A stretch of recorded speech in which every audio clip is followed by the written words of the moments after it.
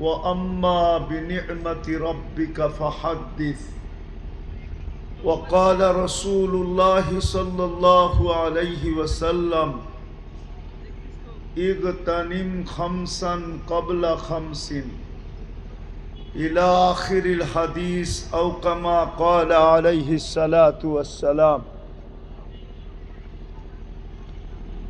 Palashbari Kamal gate যুব সংঘ কর্তৃক আয়োজিত উক্ত মাহফিলের সম্মানিত সভাপতি, উপস্থিত উলামায়ে কেরাম, এলাকার বিভিন্ন জায়গা থেকে আগত মুসলমান ভাইয়েরা, বিশেষভাবে যুবকরা, যেই পর্যন্ত লাউড স্পিকারের আওয়াজ পৌঁছতেছে, পর্দার অন্তরালে মা ও বোনেরা, কুরআন হাদিস থেকে যতটুকুই তেলাওয়াত করলাম, আশা রাখি একই সামনে রেখে কিছু কথা রাখব। সাথে সাথে সকলের কাছে দোয়ার দরখাস্ত, আল্লাহ আমাকে আপনাদেরকে যেইভাবে শোনার দরকার ওইভাবে শোনা, পরিবেশটাকে যেরকম রাখার দরকার ওরকম রাখা, এবং কথাগুলাকে দিলের ভিতরে গাঁথা এবং আমল করার তৌফিক দান করেন। প্রশ্নও বলতে পারেন, কথা বলার ভঙ্গিও বলতে পারেন। আমাদের সকলের চিন্তা করা উচিত, একটা জিনিস চিন্তা করা উচিত, এই জন্য যে আমরা মরণশীল। কি? যার কাছ থেকে আসছি তার কাছেই চলে যাব। আমরা কার কাছ থেকে আসছি?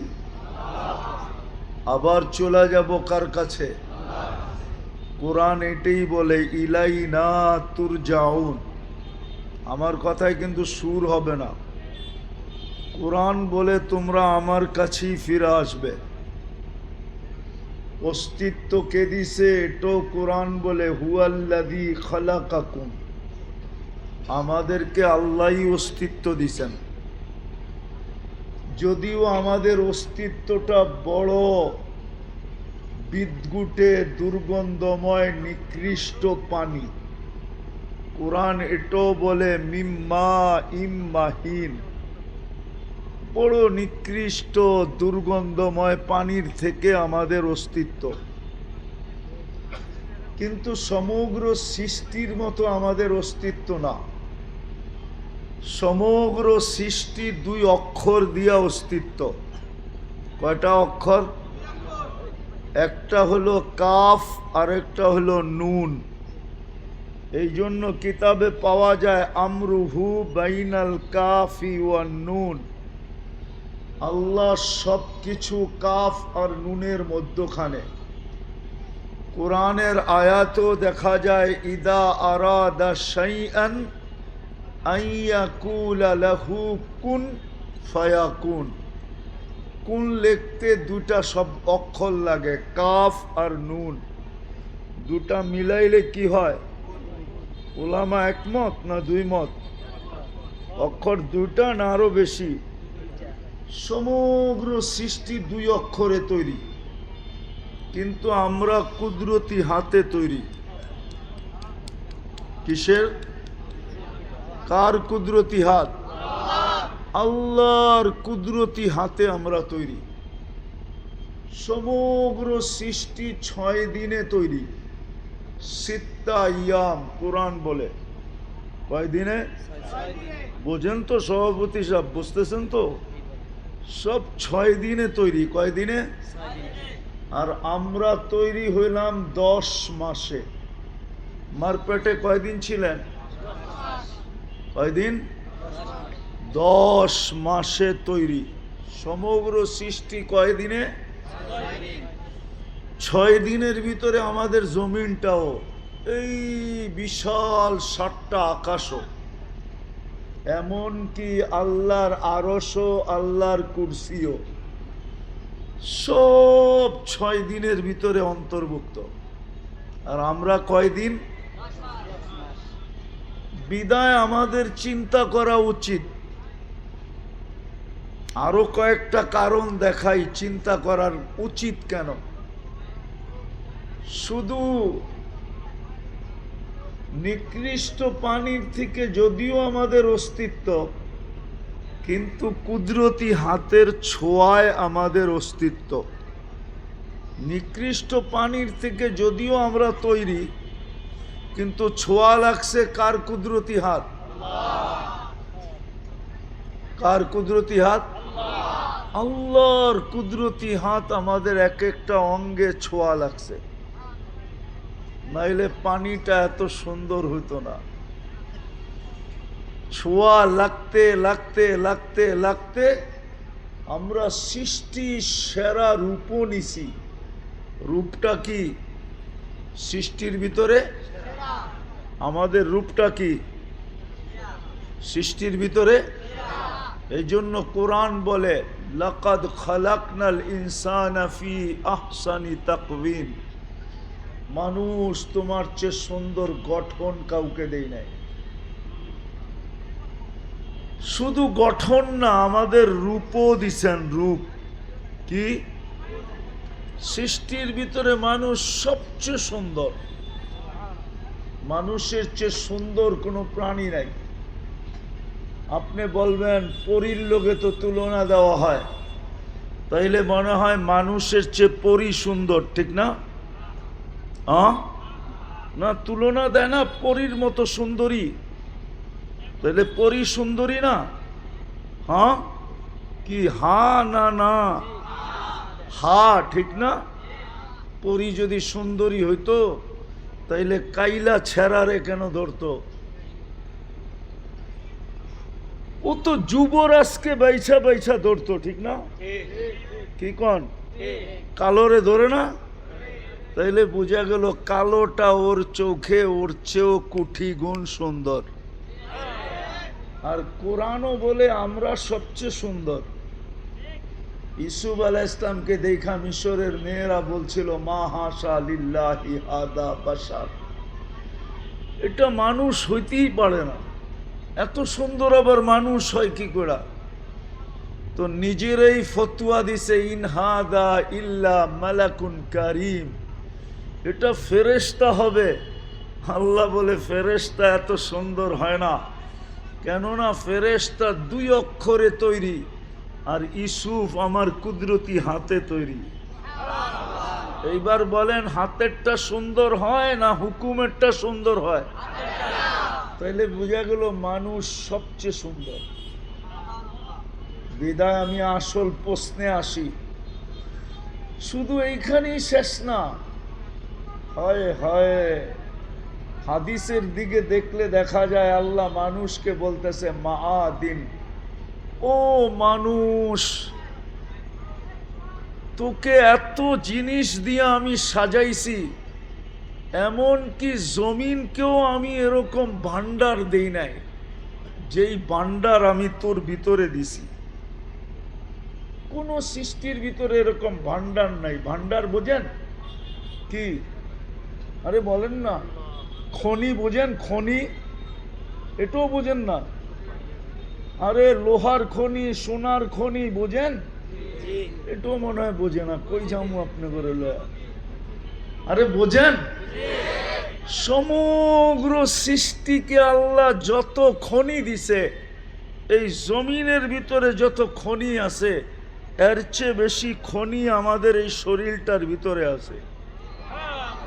এই জন্য হাদিস বলতেছে আন্নাস মাআদিন, মা'দানুন এটার জমা, মাআদিন।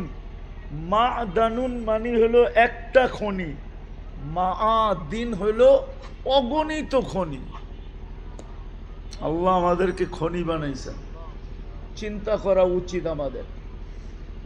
আমি আমার আসল প্রশ্নে চলে আসি, চিন্তা করা উচিত আল্লাহ আমাকে দিলেন কতটুকু। এই জন্য কোরআন বলছিল অফি আনফুসিকুম, মাঝে মাঝে তোমার শরীরটা দেখো, অঙ্গগুলাকে দেখো, তাইলে তোমার মনে উঠবে আল্লাহ তোমাকে কি দিল। দুইটা চোখে কয়টা ক্যামেরা দিছে? কয়টা? কয়টা? সবাই একমত? আরে সবাই একমত নাকি? কে কে একমত হাত উঠান তো দেখি। অল্প কয়েকটা হাত উঠছে, ঠিক না? নামান নামান। দুইটা চোখে, এক চোখে 13 কোটি ক্যামেরা, দুই চোখে 26 কোটি ক্যামেরা। হায় হায়, নাকটায় এরকম মেশিন ফিট করে দিছেন যেটা আমাদেরকে ঘ্রাণ শুইয়া দেয়। কি শুইয়া দেয়? নাক। কিসের ঘ্রাণ? সমস্ত খাদ্যের ঘ্রাণ শুইয়া দেয়, টেস্ট করে দেয় যে খাদ্যের ঘ্রাণটা ঠিক আছে কিনা, এটা আমার পেটে যাওয়ার যোগ্য কিনা, এটা মুখে দেওয়ার যোগ্য কিনা। যদি এটা মেশিন হইতো তাইলে বোঝা যেত এটার আকৃতি কত বড় হয়, তাইলে বোঝা যেত এটার দাম কত। আরে বুঝাইতে পারি না, ঠিক না? যদি মেশিন আমাদের খাদ্যের ঘ্রাণ, সারা দিনই তো আমরা চমচম করি, ঠিক না? চমচম বোঝেন? আবার মিষ্টি বুঝেন না, ঠিক না? চমচম বোঝেন? চমচম কি? কি? আরে জোরে কোন। সারা দিনই তো খাইতে থাকি, ঠিক না? যা পাই তাই খাই, ঠিক না? কিন্তু গ্রানটা শুইয়া দেয় কে? বলতে পারবেন আজকে সকাল থেকে এই পর্যন্ত এক একজনে বলতে পারবেন কত কিছু খাইছেন? কয়বার খাইছেন? পারবেন? নাস্তা, দুপুরের খানা আর রাত্রের খানা বাদ দিলাম, সারা দিন যে রাস্তায় ঘাটে যা পাই তাই কে গ্রান শুইয়া দেয়? এটা যদি মেশিন হইতো তাইলে বোঝা যেত এটার আকৃতি কত বড়। এই জন্য আমার প্রশ্ন হলো, আল্লাহ আমাকে কি দিছেন? ঘ্রাণ শুঁগার মতো একটা মেশিন দিছেন নাকে। যদিও আমার নাকটা ছোট, কিন্তু আজ পর্যন্ত কোনোদিন নাক আমাকে ভুল রিপোর্ট দেয় নাই। দিছে? দিছে? কে দিছে এটা? নাকের ভিতরে আছে কি? আরে বলেন না, কি আছে? একটা ছিদ্রই তো, দুইটা ছিদ্রই তো, ঠিক না? সারা দিনেই তো আঙ্গুল দিয়া নাড়তে থাকেন, ঠিক না? একটু পরে পরেই তো অনেকজনে নাকে আঙ্গুল দেয়, ঠিক না? কিন্তু আজ পর্যন্ত তো নষ্ট হলো না। আমার প্রশ্ন, আল্লাহ আমাকে কি দিছেন? ভালো মতে বোঝেন, কাজে দিবে, নাইলে পরেরটা বুঝে আসবে না। জীবনটা কিন্তু ছোট। কোন দিন জীবন আমাকে নিয়ে যাবে সীমান্তে আমিও জানবো না। কোন দিন আমাকে আমার জীবন ওই রেখায় নিয়ে যাবে যেই সীমান্তে পা দিতে দেরি আখাযনাহু বাগতাতান, মালাকুল মউত ছো মাইরা আমাকে উঠাইতে দেরি করবে না। আমার জীবনই আমাকে নিয়ে যাবে, জীবনের গতি আমাকে নিয়ে যাবে ওইখানে, ওই সীমানায় নিয়ে যাবে, আমিও জানবো না। কত যুবক হয়তো রাস্তায় চলতে চলতে চলে গেল, ঠিক না? তাও ডিজিটাল ঘোড়ার উপরে ছিল। ডিজিটাল ঘোড়া চিনেন? কি? অ্যানালগ ঘোড়া ছিল, ঘাস খাইতো। ডিজিটাল ঘোড়ায় কি খায়? পেট্রোল খায়, পেট্রোল। ওই ঘোড়ার উপরে ছিল, ওইখান থেকে চলে গেছে না? যায় নাই? এই এলাকায় দুই একটা কাহিনী নাই? তো জীবনের গতি কিন্তু আমাকে প্রতিদিন নিয়ে যাইতেছে। কোন সময় ওই রেখায় দাঁড় করায় দিবে, যেই রেখায় দাঁড় হইতে দেরি, ছো মারতে দেরি করবে না, ছো মারবে, মালাকুল মউত ছো মারবে আর উঠায় নিয়ে যাবে। শুধু এতটুক বলতে বলতে নিয়ে যাবে ইনকাতাতিল আজাল, এর বয়স শেষ। অনকাতাতিল আমাল, আশাও শেষ। এই জন্য আমরা নিতে বাধ্য। বয়স কিন্তু শেষ, সময় শেষ। আরো একটা চিৎকার দিবে, আরো একটা তথ্য দিবে, জালাল ইশতিগাল, এর ব্যস্ততাও শেষ। বাকিয়াল ওয়াবাল, সমস্ত ঘাঁটি এর সামনে রয়ে গেছে। চেকপোস্ট সব সামনে। চেকপোস্ট চিনেন? হ্যাঁ, আরে চিনেন নাকি? আপনাকে ফ্যাক্টরিতে চেকপোস্ট আছে না? নাই? চেক করে ঢুকায় না? ঢুকায় না। ফেরেশতা বলবে সব চেকপোস্ট সামনে। আরেকটা ধ্বনি দিবে জাহাবাতিল আমওয়াল, যা অর্জন করছিল কম হোক আর বেশি হোক, কম হোক আর বেশি হোক, যতটুকুই অর্জন করছে সব হাতছাড়া। আজকের থেকে আর কিছু এর কাছে নাই। আছে তো খালি হাতটা আছে, কিচ্ছু এর কাছে নাই। সব হাতের থেকে ছাড়া হয়ে গেছে। আছে কি সাথে? আমাল, শুধু আমলের সাথে আছে। চতুর্থ একটা ঘোষণা দিবে, তুবা লিমান কানা মাতআমুহু মিনাল হালাল। সুসংবাদ, যদি হালাল বঙ্কন করে থাকে। দুনিয়াতে যতদিন ছিল হালালের উপরে ছিল, কোনোদিন হারামের দিকে হাত বাড়াবে দূরের কথা, চোখ উঠায়ও দেখে নাই। সুসংবাদ এর জন্য। ওয়া ইশতিগালুহু লিখিদমাতি জুল জালাল, আর 24টা ঘন্টা যখনই সময় পেয়েছে আল্লাহর দাসত্বে কাটায় দিছে। ওর জন্য সুসংবাদ, মালা আছে আমার কাছে, মালা। তো যেটা বুঝাইতেছিলাম, প্রশ্ন ভাবা উচিত আল্লাহ আমাকে দিলেন কি, আর এটা বুঝে আসবে কি দিলেন। কোরআনের ইঙ্গিত ছিল অফি আনফুসিকুম আফালা তুবসিরুন। ও যুবক, তুমি মাঝে মাঝে তোমার দেহটার দিকে তাকায় আর ভাইবো তোমাকে আল্লাহ কি দিছে। চিন্তা করো তোমাকে আল্লাহ কি দিছে। যুবককে সবচেয়ে দামি জিনিস যেটা আল্লাহ দিছে সেটা হলো যৌবন। যৌবনের চেয়ে দামি কোনো জিনিস নাই। সমগ্র জগৎ দিয়ে একটা যৌবন কিনা যায় না, একটা যৌবন। যৌবন কোনো কলিকতা হারবালে পাওয়া যায় না। যৌবন কোনো চাইনিজ হারবালে নাই যুবক, কোনো আমেরিকান হারবালেও নাই। আমি 103টা দেশের হারবাল চিনি। কয়টা? আরে জোরে বলেন। আরে বুঝতেছেন আমার কথা? আমি 103টা দেশের হারবাল চিনি। আমি 103টা দেশে গেছি, কোন দেশের হারবালে যৌবন নাই।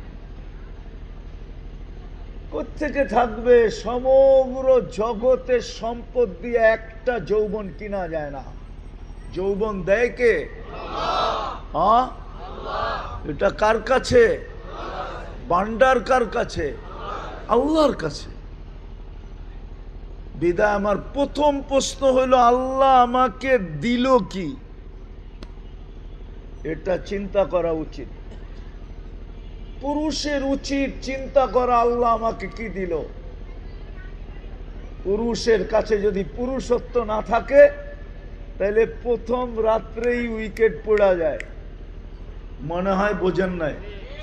সভাপতিও বোঝে নাই, বিয়া শাদী করে নাই তো করতে বুঝবো। পুরুষের কাছে যদি পুরুষত্ব না থাকে তাহলে প্রথম রাত্রেই কি বাইগা চলে যায়, বাইগা। হ্যাঁ, যুবকের কাছে যদি যৌবন না থাকে তো কেউ ফুল দেয়ও না, কেউ ফুল নেয়ও না। আজ পর্যন্ত মনে হয় 14 তারিখে কোন তৃতীয় লিঙ্গকে কেউ ফুল দিছে এরকম যুবক এখানে আছে নাকি? কেউ ফুল দেয় না তৃতীয় লিঙ্গকে। ফুল দিতে চাইলো কেউ কি কি নেয় না, শুধু ফুল দেয় যুবককে, যুবতীকে, ঠিক না? সত্য তো? হ্যাঁ হ্যাঁ, যদিও বারবার শেখ খায়, কি যদিও বারবার কি, আরে কয় না কেন, যদিও বারবার, ওই চেহারা দেখলে মনে হয় সব এইবারও 14 তারিখে শেখ খাইছে। হ্যাঁ হ্যাঁ, ফুলও দিছে, হোটেলেও খাওয়াইছে, আবার পার্সেলও দিয়া দিছে। পার্সেল বোঝেন কি? প্যাকেট দিয়া দিছে, তারপরও বাড়ির যে শেক দিয়া দিছে। হ্যাঁ, ওরা তো পারে না সামাজিকতার কারণে, নাইলে ডেলি মিছিল করে শেখকে এসে আমার ভাই অমুকের রক্ষা নাই, বাইরো বাড়িতে, ঠিক না? হ্যাঁ, তাহলে আল্লাহ দিছে যৌবন, কে দিছে? নারীর ভিতরে নারীত্ব কে দিছে? নারীর ভিতরে যদি নারীত্ব না থাকে, ওর দায় দায়িত্ব কে নেয়? কেউ নেয়? হ্যাঁ, ওর জন্য প্রবাস জীবন কে কাটায়? ওর জন্য মাথার গাম কায়েফ কে ফেলায়? কেউ না, মাথার গাম পায়ে কেউ ফেলাবে না। কেন? নারীত্ব নেই। দিদা, আমার প্রথম প্রশ্ন হলো, আল্লাহ আমাদেরকে কি দিছেন? শরীরটার দিকে দেখলে এটা আমি খুলতে চাই না, এটা খুললে সারা রাত্র পার হয়ে যাবে। যুবক, একটু ভাবো আল্লাহ আমাকে কি দিছে। পুরুষ, একটু ভাবি আল্লাহ আমাকে কি দিছে। মা বোনদেরকেও বলতেছি, একটু ভাবি আল্লাহ আমাকে কি দিছে। আল্লাহর হুকুম ছিল, ইন্না ফি খালকিস সামাওয়াতি ওয়াল আরদ ওয়াখতিলাফিল লাইলি ওয়ান নাহার লাআয়াতিল লিউলিল আলবাব আল্লাযীনা ইয়াযকুরুনাল্লাহা কিয়ামান ওয়া কুউদান ওয়া আলা জুনুবিহিম ওয়া ইয়াতাফাক্কারুনা ফি খালকিস সামাওয়াতি ওয়াল আরদ রব্বানা মা খালাকতা হাযা বাতিলা সুবহানাকা ফাকিনা আযাবান নার। আল্লাহ হুকুম দিছিলেন, একটু চিন্তা কর তোকে আমি কি দিছি, কি দিছি তোকে। আবার আলাদা হুকুম দিছেন, অফি আনফুসিকুম আফালা তুবসিরুন, তুই কি দেখোস না তোর ভিতরে আমি কি দিছি, কি দিয়ে তোকে সাজাইছি। নাইলে ছিল তো একটা পানির ফোঁটাই। এটাও তো আল্লাহ বলতেছেন, কুনতা মা আম্মাহিনা, তুমি নিকৃষ্ট পানির ফোঁটা ছিলা। সলবি আবি কাওয়া ইবি উম্মিক, বাপের পিঠে ছিলা, মার সিনায় ছিলা। আখরাজ তু, আমি ওইখান থেকে বাহির করছি। জমা তুফি বতনি উম্মিক, তোমার মার পেটের ভিতরে একত্রিত করছি। মা আম্মাহিনা, নিকৃষ্ট পানি, আমার কুদরতি হাতের ছোঁয়া লাগতে দেরি, রক্তে রূপান্তরিত হতে দেরি হয় নাই। আবার কুদরতি হাতের ছোঁয়া লাগতে দেরি, রক্তপিণ্ডতে রূপান্তরিত হতে দেরি হয় নাই। আবার কুদরতি হাতের ছোঁয়া লাগতে দেরি, তোমার কঙ্কালটা তৈরি হতে দেরি হয় নাই। সুম্মা কাসাইতু আলাইহি লাহমা, আবার কুদরতি হাত দিয়া গোশত আর চামড়ার আবরণ চড়াইয়া দিছি। শুধু এখানেই শেষ না, আমি শর্ট করতেছি। আল্লাহ বলে, তোকে মার পেটের থেকে বাহির করছি, ফেরেশতা পর বিছায়া দিছে। আমি হুকুম দিছি, ফাফরিশ রিশাকার রকিক, পাতলা পর বিছায়া দাও। ফাখরাজতু আলা রিশাইহির রকিক, ফেরেশতার পাতলা পরের উপর দিয়ে তোমাকে বাহির করে নিয়ে আসছি। নিয়ে আসলে কি হবে? কুনতা মিসকিনা, তোমার মতো নিশ্চয় আর অসহায় কেউ ছিল না। ফালা লাকা সিন্নুন তাক্তা, দাঁত ছিল না তুমি কাটবে। ওয়ালা লাকা লিসানুন তান্তিক, জিহ্বা ছিল কিন্তু বাকশক্তি ছিল না। ওয়ালা লাকা উযুনুন তাসমা, কান ছিল, শ্রবণ শক্তির কার্যকারিতা ছিল না। ওয়ালা লাকা আইনুন তানজুর, চক্ষু ছিল কিন্তু দৃষ্টিশক্তির কার্যকারিতা ছিল না। ওয়ালা লাকা আকলুন তুমাইয়িজ, মগজ ছিল, ভালো মন্দ কি তুমি বুঝতে না। ওয়ালা লাকা কলবুন তাতাফাক্কার, দিল ছিল, চিন্তা কি জিনিস জানতে না।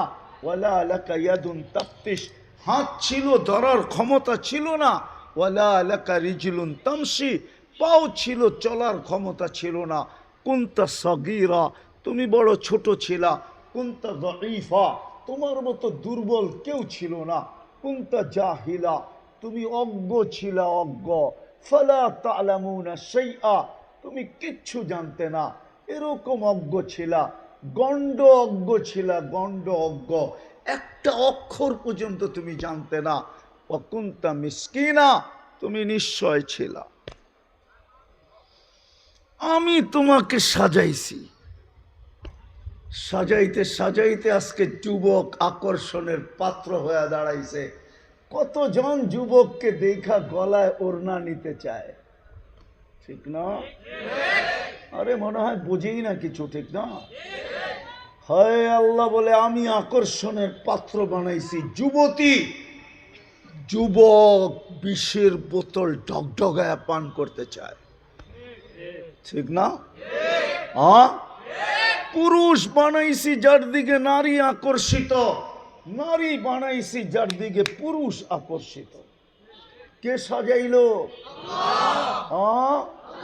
কে? এটাই তো বুঝাইতে চাইতেছি। আল্লাহ বলে আমি কি দিলাম তোকে, দিলাম কি দেখ না। আমি একটা জিনিস বুঝানোর জন্য যে দিলাম কি, তোর এই শরীরটার ভিতরে কি ফিট করলাম। হয় হয় হয়, শুধু ফিট করেন নাই, তথ্য দিব। শুধু ফিট করেন নাই, তথ্য দিব। তথ্য আরে দিব। শুধু ফিট করেন নাই, এটাকে চালানোর জন্য ফেরেশতা আমাদের অধীন করে দিছেন। এটা ফেরেশতা দিয়া চলে। কি দিয়া? কি দিয়া? ফেরেশতা দিয়া চলে। এটাকে ফেরেশতা চালায়, নাইলে এটার ভিতরে চলার মতো কোনো প্রযুক্তি নাই। কোনো বিজ্ঞান আমাকে দেখাইতে পারবে না। চ্যালেঞ্জ দুনিয়াকে, মানুষের দেহটা চালার মতো কোনো প্রযুক্তি, যেটা বিজ্ঞান বলে প্রযুক্তি, টেকনোলজি, কিচ্ছু নাই এটার ভিতরে। আল্লাহ কুদরত দিয়া ফেরেশতার মাধ্যমে চালান। আর এটা কিতাবের কথা। ফেরেশতাকে আমাদের অধীন করছেন এটা চালানোর জন্য। এই জন্য ফেরেশতা দিয়ে এটা চলে, প্রযুক্তি এটার ভিতরে নাই। কি হুজুরের কাছে আছে মনে হয়, ঠিক না? আছে। হ্যাঁ, এই জন্য আল্লাহ উদাহরণ দিছে। আমাদের চোখে দেখার কোনো উপাদান নাই। বিজ্ঞান আজ পর্যন্ত খুঁজতে খুঁজতে খুঁজতে খুঁজতে ক্লান্ত হয়ে গেছে অন্ধত্ব দূর করার জন্য।